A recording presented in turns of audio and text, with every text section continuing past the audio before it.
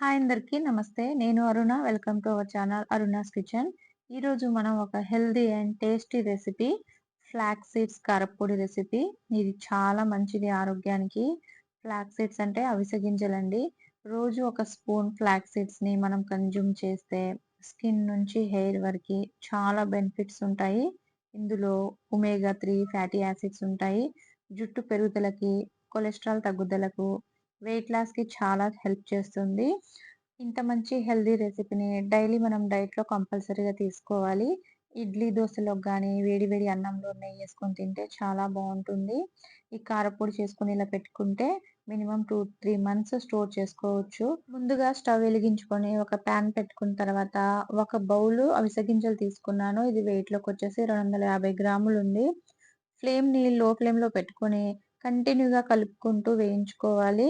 High ఫ్లేమ్‌లో పెట్టి వేయిస్తే అవిసె గింజలు మాడిపోతాయి. లోపలంతా పచ్చిగా ఉంటుంది. కారప్పొడి అనేది టేస్ట్ రాదు. లో ఫ్లేమ్‌లోనే కలుపుకుంటూ అవిసె గింజలని చిటపటలాడే వరకు వేయించుకోవాలి. కొంచెం కలర్ అనేది చేంజ్ అవుతుంది.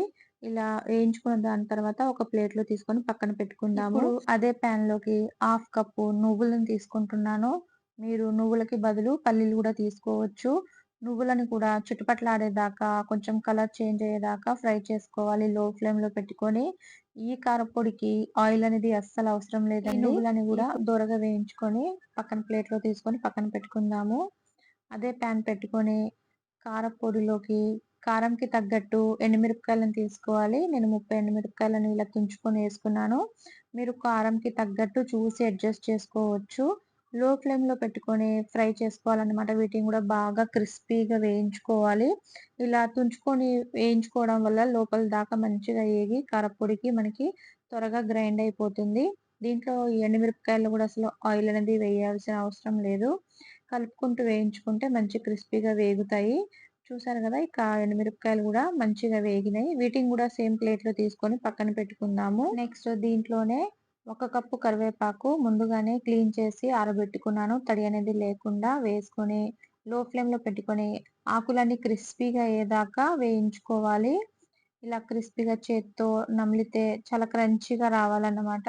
ఇది లో ఫ్లేమ్‌లో కలుపుకుంటూ ఆకులన్నీ ఇలా ఫ్రై చేసుకొని వీటిని గూడా మనము పక్కన తీసుకుందాము.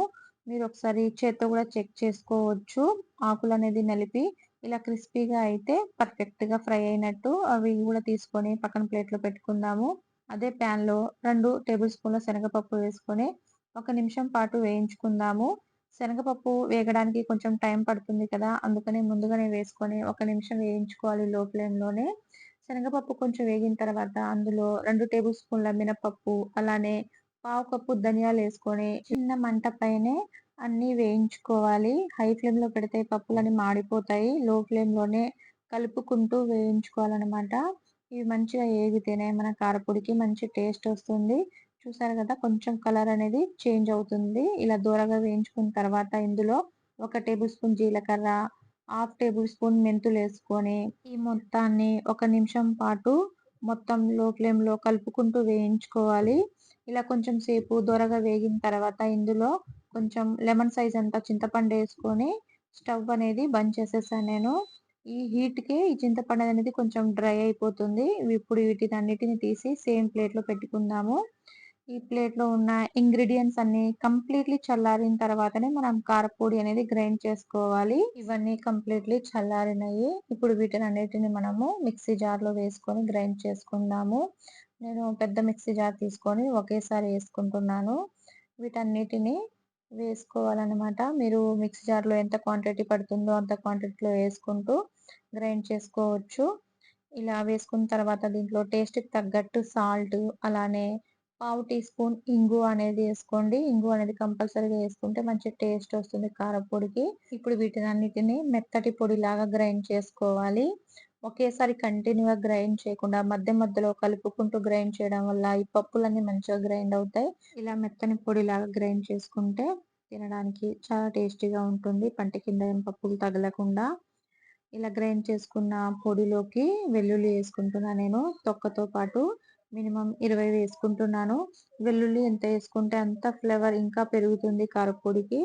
ఇలా వెల్లుల్లి ముందుగా వేయడం వల్ల మొత్తం అవి మెత్తగా అయిపోతాయి. ప్లస్ వాటర్ అనేది రిలీజ్ చేస్తదని చెప్పి ఒకసారి పొడి అంతా గ్రైండ్ చేసుకున్న తర్వాత నేను లాస్ట్‌లో వేసుకొని ఇలా గ్రైండ్ చేసుకున్నాను.